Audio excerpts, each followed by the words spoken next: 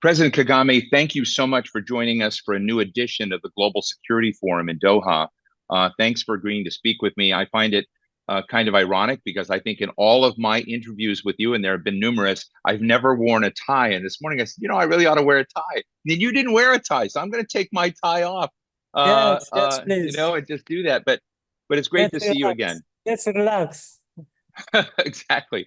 Hey, well, I want to start. We're at a significant security conference, and security can mean many, many different things and different fronts. It can be global security, national security, regional security. It's also domestic security. And the worst kind of domestic security collapse is what Rwanda experienced now over 30 years ago in the genocide against the Tutsis. And you've just gone through the commemoration of 30 years of that. And I just want to start there. And I really regret not being in Kigali for that. You invited me and I was unable to be there. But I wanted to ask how your nation feels after that horrible incident. What, as a nation, have you learned? What are the strengths and what are your ongoing challenges 30 years after one of the world's worst genocides? Yeah. Right. The way we feel today, the population and everybody is like the tragedy is behind us. It's left behind many 3 decades, really. But it never gets that distant in the past. Some traces of it we live with. We have to live with maybe for more decades ahead.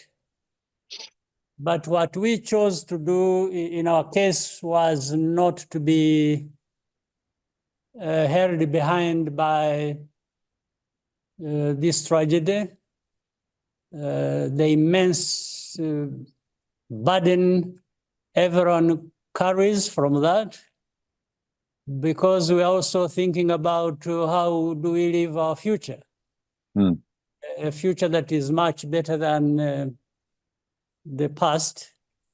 So that's why there is that feeling that of creating a normal life and living a normal life and everyone going ahead as much as we can. So that is the feeling.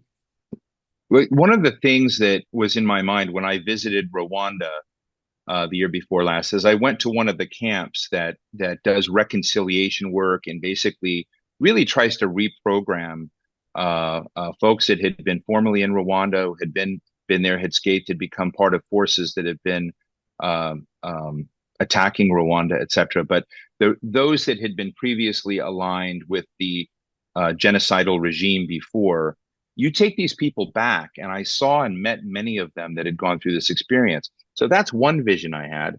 The other vision I know of is that recently there was a mass grave found in the Huye district of about 1,000 people killed in '94 that weren't previously known in a grave. And I just want to put on the table that must be very, very hard for people to both be reconciling with those abroad, and there's also you've had 30-year prison sentences in many cases for those. That many of those people are coming out of jail. How is that going inside of the grit of society that still is discovering atrocities from the past? The society has been healing, and I think it's in my view something we didn't even expect, that it would go this fast. And we've been working together. We've tried to bring the country back together. That has been, the country has been divided so badly, people made to hate each other, and that's the life. That is the life and the politics they got used to. But now it is the reverse of that, meaning we've tried to build unity, and it is happening. You can see it's something that is also benefiting from the young generation, the young people who constitute, that is 35 and below years old, are 73% of our population. Right. So but of course, these incidents keep reminding everyone that, yes, there is that ugly past we've gone through. We can't take anything for granted. We have to make sure that this division to the extreme that led to the genocide, as we had it in 1994, this should never happen again. We can't allow it. And, so that is what primes everyone to look at what needs to be done in terms of unity, in terms of socio-economic progress that will really erase slowly. It is a slow Right. process, but it will erase the. But it may be slow, but I mean, in 30 years, it's remarkable. Your society, your nation almost disintegrated. And, now I'm reading about Qatar Airways investing in Rwanda Air, a new airport in Kigali coming in 2027. When I was at the gorilla naming ceremony before, I met one of the co-founders of BioNTech. I mean, you're bringing in people, investment, and looking at future infrastructure in a country that almost disintegrated 30 years. So let me just transition here and ask you, what is the Paul Kagame roadmap for the Rwanda development, given the fact that I've seen, biotech, top people in the world in the country. I've seen, the CEO of Qatar Airways talking to me about how important Rwanda could be as a hub within Africa travel. So I'd just like you to give us this kind of a around the corner look of your plan of the infrastructure you're bringing in for the country. And, infrastructure sometimes is not just planes and facilities, it's also people. How are you investing in people? Yeah, the foundation in this case for us is unity, and we are building on that foundation by investing in the people. When we invest in the human capital, when we provide the goods for education and health and food security and bring in technology, and therefore go into these other industries that will make our economy, our country vibrant and grow and develop, like the service industry, like hospitality, and industries like you've just mentioned, biotech, industries in mining, because Rwanda has resources and we need to change the understanding, the mentality, because Rwanda, like many other African countries with the enormous wealth, actually more countries in Africa have more wealth than Rwanda has, but we do have. Just exporting raw materials and not processing, not adding value to anything, we have reversed that, and everyone knows the benefits of doing that. So you've moved from being in the bottom of the value chain up that ladder. Absolutely, that is the main focus. Even when you just mentioned the Qatar Airways and having invested together with the Qatar in a modern airport and other kinds of infrastructure, digital infrastructure that we are promoting. All these are to add value to any process, anything we have in our economy, and therefore rising in levels of the value chain, as you said. So, Mr. President, let me ask you a question, and I may get this wrong, and I know it's a sensitive subject, but a lot of your neighbors have been suffering through a kind of post-colonial phases. We've seen a lot of instability, particularly in former French controlled colony areas of coups and whatnot. And that's one part of the story. The other part of the story, and I have to admit, the United States and China often talk about Africa as if it's a competitive zone for their interests. My experience with you and Rwanda is you're not allowing that story to be told there, that you're looking at different. So I'm interested in what is the secret sauce of how you're not allowing Rwanda to be recolonized by technology, by biotech firms, by foreign players, and that you reject this notion. I think that you're just a function of American and Chinese and Russian competition. Well, we have learned a lot of lessons, and the world really has, and Africa should have learned as many lessons as we have. But the question is, we need to show that we have learned lessons. We can't repeat the same mistakes of the past and expect to be better going forward as we all want. So for us, from the tragedy and from also understanding the politics, the global politics and the relationships and so on and so forth, we have made a choice. And to begin with, we work within the setting of the African continent. So when you talk about United States, China, maybe some other powers, you can say, put them together, Europe, and so on. I think lessons learned from Rwanda, here in Rwanda ourselves, but also similar to many other lessons that should have been learned across the continent.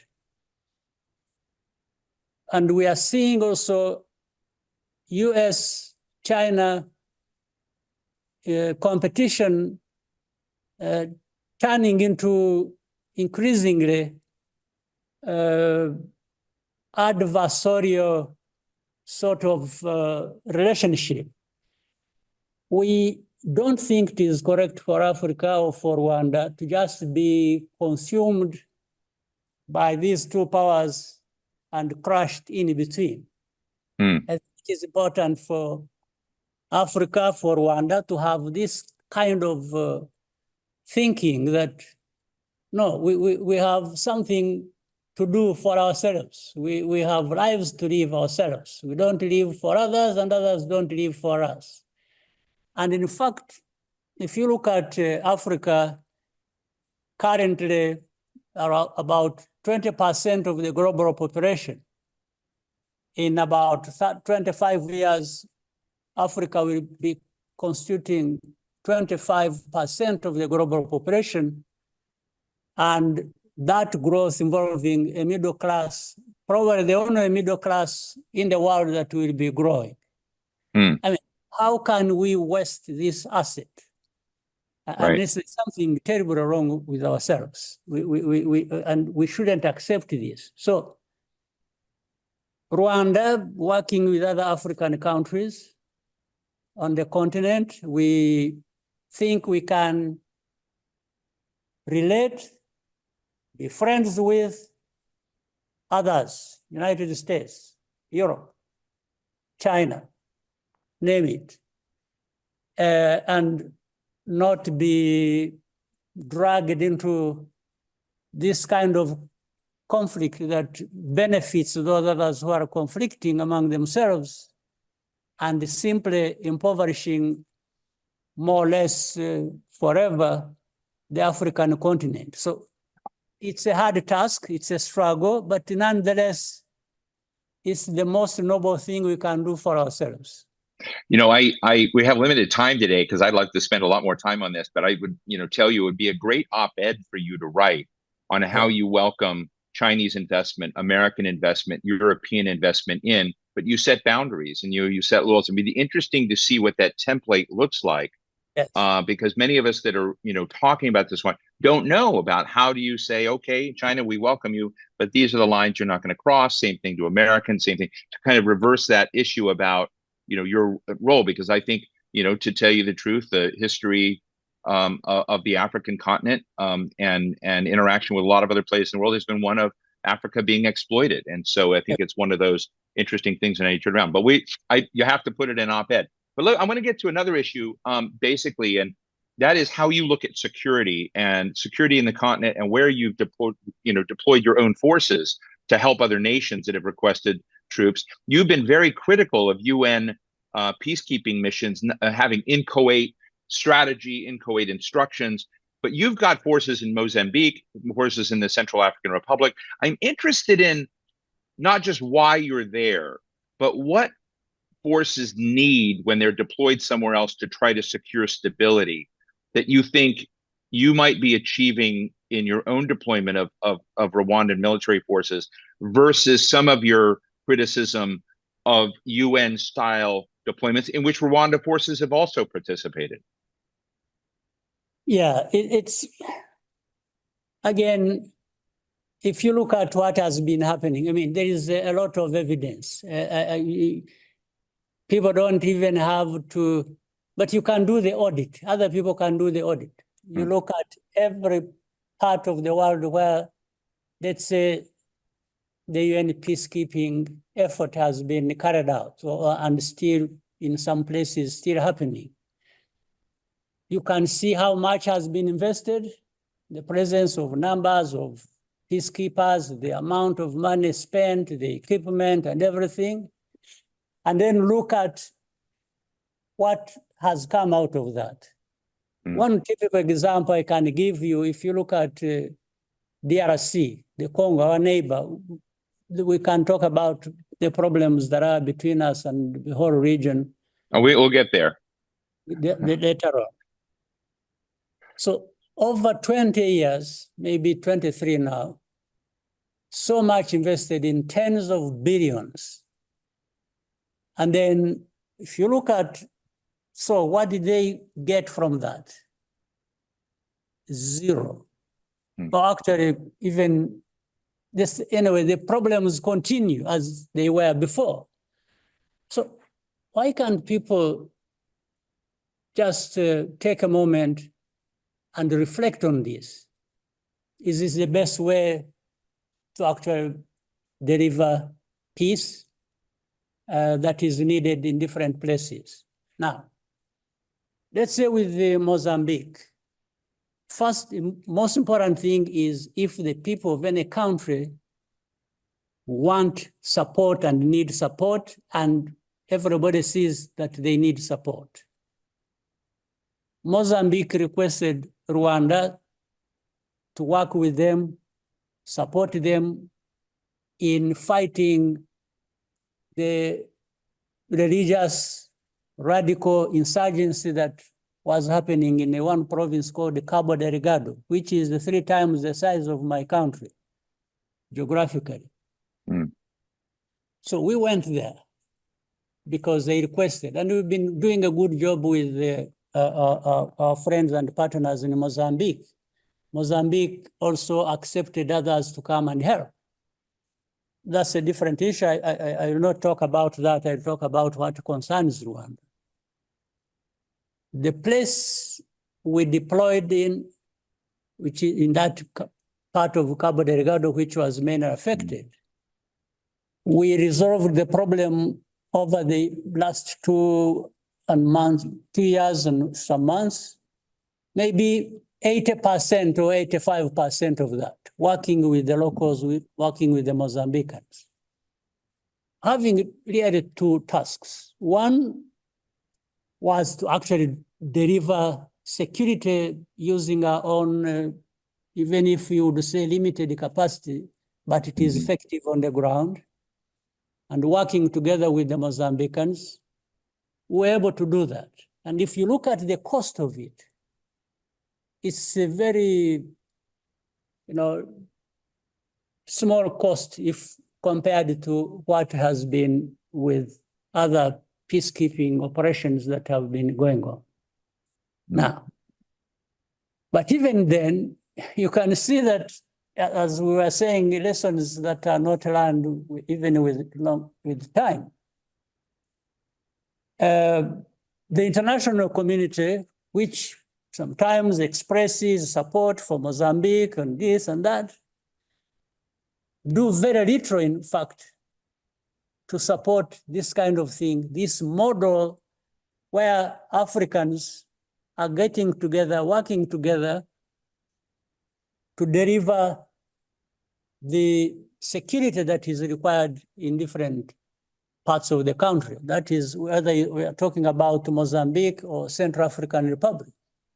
I mean, you ask yourself, if what is needed, what people want is just the final product of delivering security, stability, so that, and in fact, these countries are countries with huge resources, and some of them have attracted investments from these developed countries.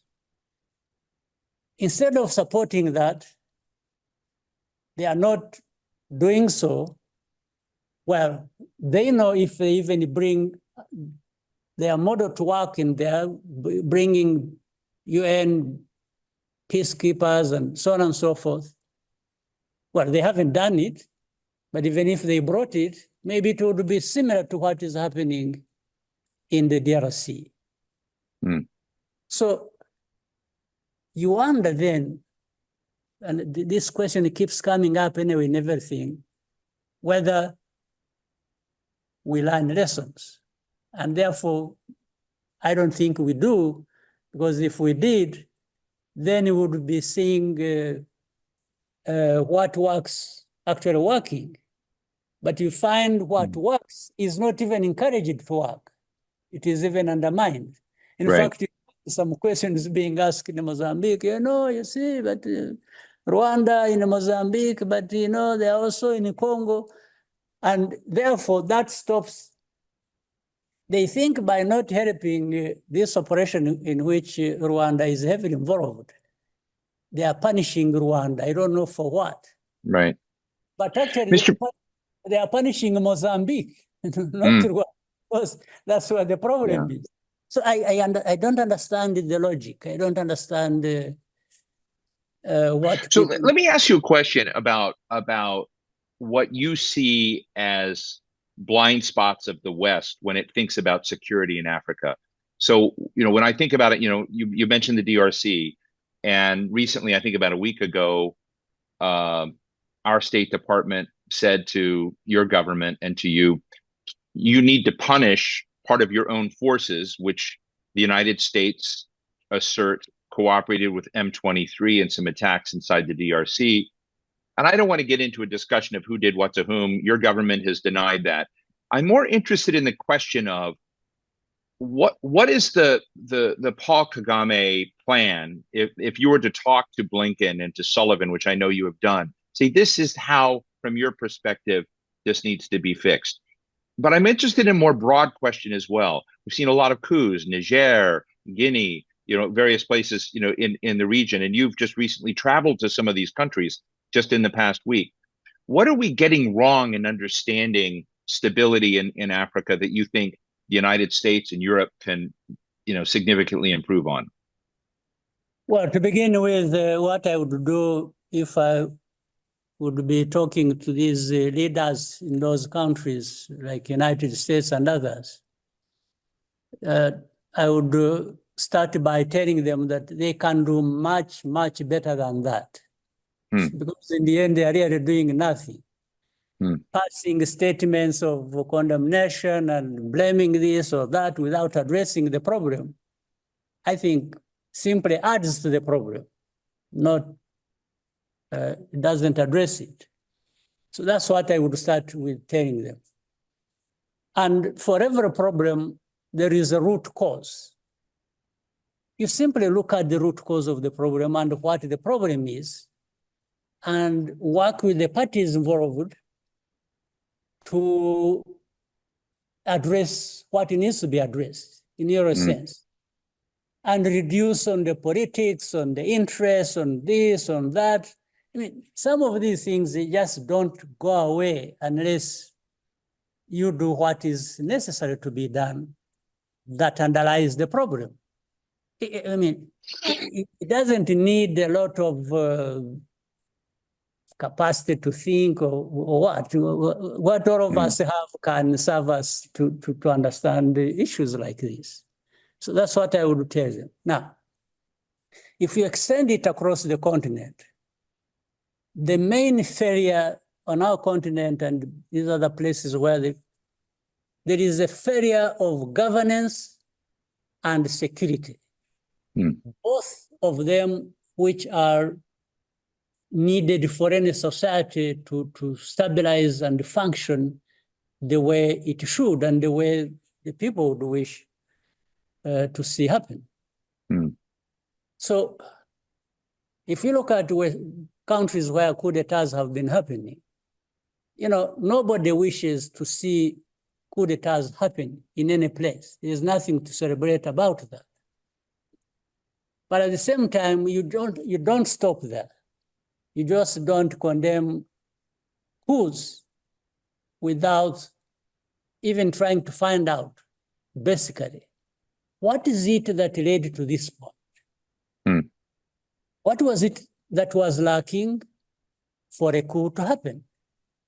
This is when you start seeing signs of that in governance or lack of security, as we have seen mainly in some of these countries in West Africa. I mean, these are things that anyone can see.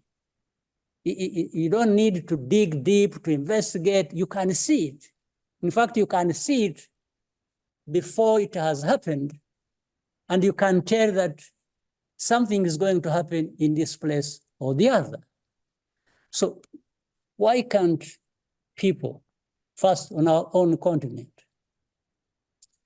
the Africans ourselves, in fact, which, again, we have talked about that, the way within Africa, Africans can work together to address a problem like we did in Mozambique or in Central African Republic. But with even developed countries, support or involvement the right way, it would happen faster and more easily. So why doesn't it happen? They all concentrate now on condemning.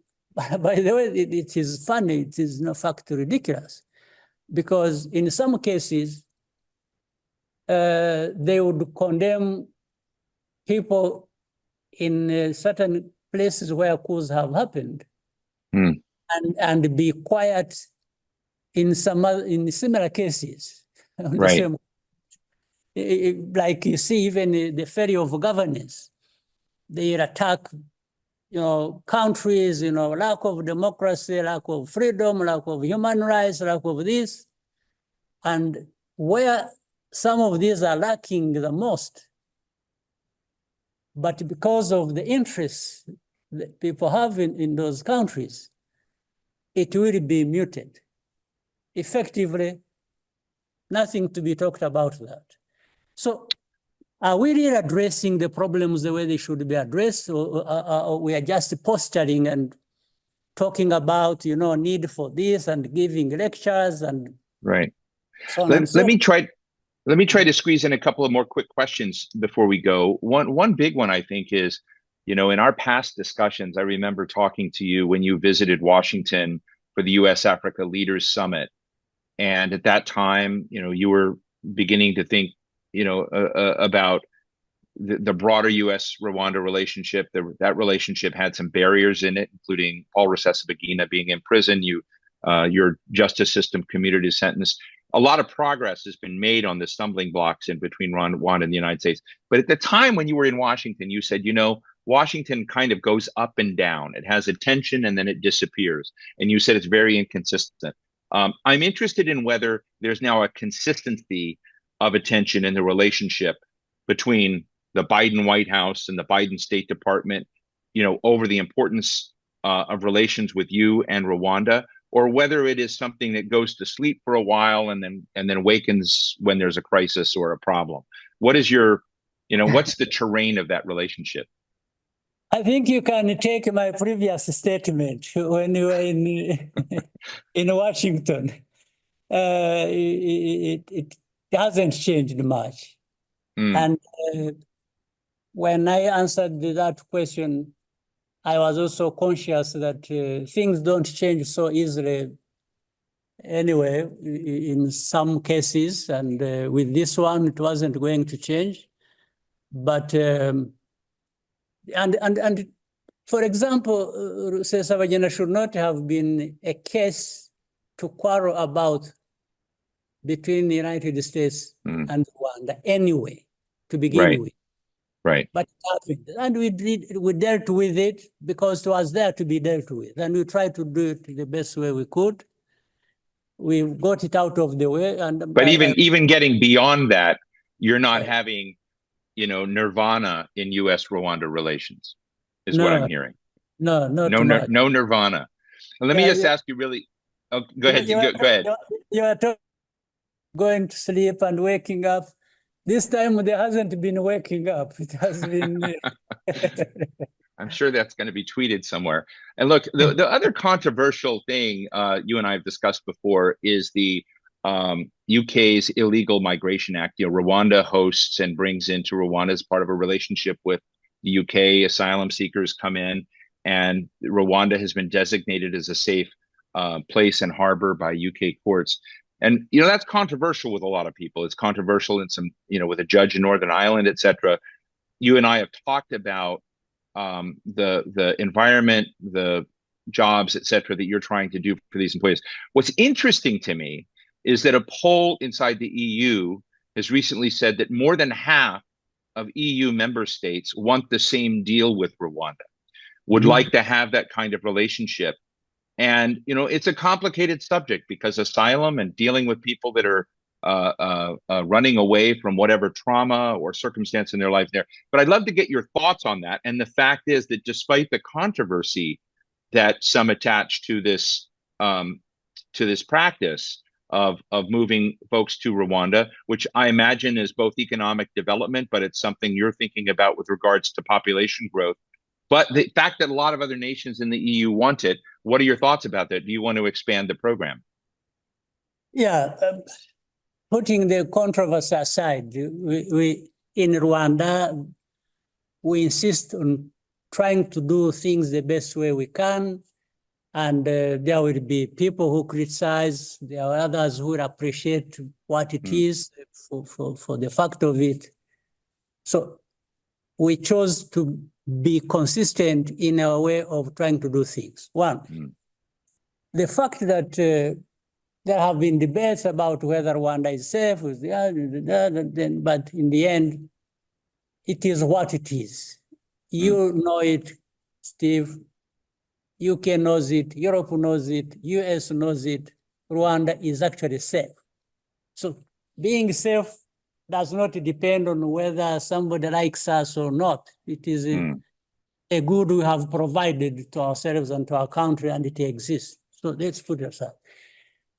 The other thing, what is lacking is the level of development that takes care of our people the way we want, or that would take care of other people who come here, whether they are migrants or whatever, and wherever they come from, to also be taken care of the way they want or we want.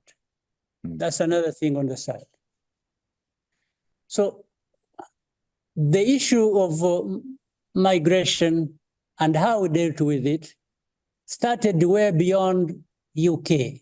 In fact, even now, today, we are processing migrants who were stuck in Libya, who were trying to cross into Europe and got stuck there, or others were dying in the Mediterranean.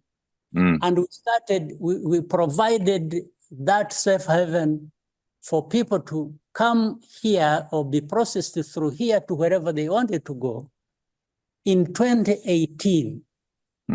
It's not a recent thing. And that time, we had no agreement with anyone, so there wasn't even anyone going to pay for it except ourselves. The people worked for these migration institutions, international institutions, or UNHCR, and so on and so forth. So since 2018, hundreds of thousands of people have been brought by air from Libya to Rwanda.